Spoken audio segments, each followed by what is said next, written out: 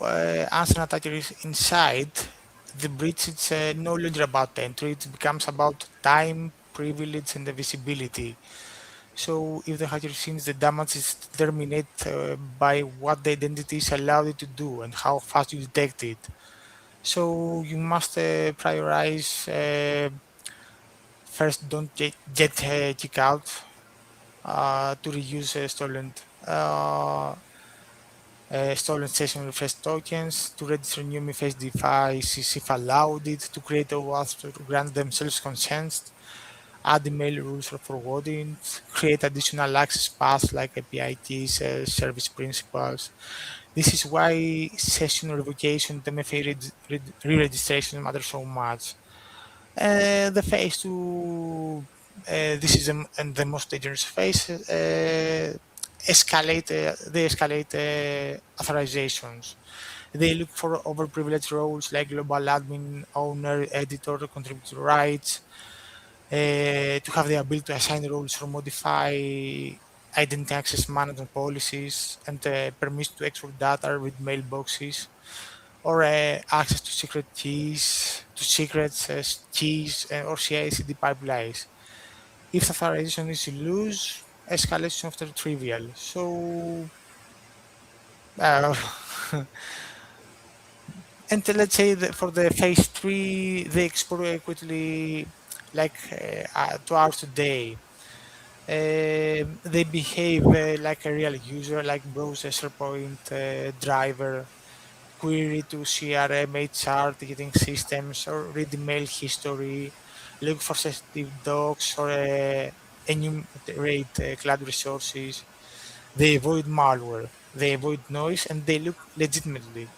Most folks miss this phase completely.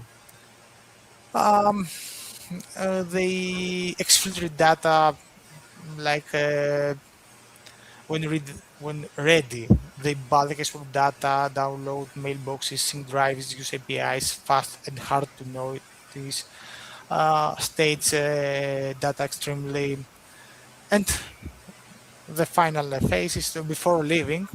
They try to leave backdoors, pivot to other users or tenants, reuse secrets found in data, and extrapolate or return quickly. This is why some breaches return months later. Hmm. Well, that goes back to the living off the land concept, right? Where people just are, they're doing their thing and they're just completely, the breach is completely undetected. Is that what you're saying? Um, We're talking about where they're just sort of, so detection is key. Yes, the detection is the key. Correct, correct, And correct. this is also, we can say, where, we'll talk about, as we go into for our additional sessions about there's AI is increasing the ability of the attackers, but it's also increasing the defense. One talk that I'd gone to, I really liked what they said, where they just kind of, just it's that pattern recognition of one of these things is not like the other. And so using AI to be able to sort of see that if a user normally is doing a certain thing, and then it can detect, okay, that's different. And same thing for data exfiltration and other things that I think AI can really help with the defense of this as well. I totally agree with you. Correct. Totally agree with you.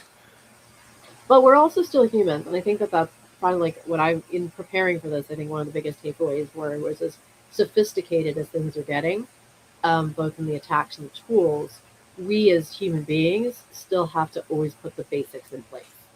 We still oftentimes like don't do the basic things, like some of the breaches we were just talking about.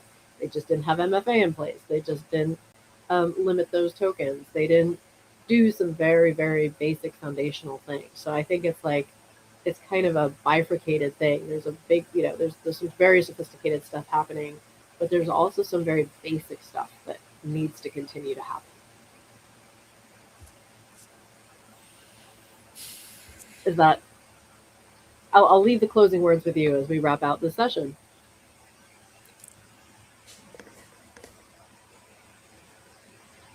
Constantinos, I was saying I'll leave the closing words I'm for sorry. yours. I'm sorry. So sorry. I have some issues with my connection. I'm so sorry. So Oh, thank you everyone for joining us, and let's meet us in the next session regarding the defense that worked, the detection, containment, and the recovery wins.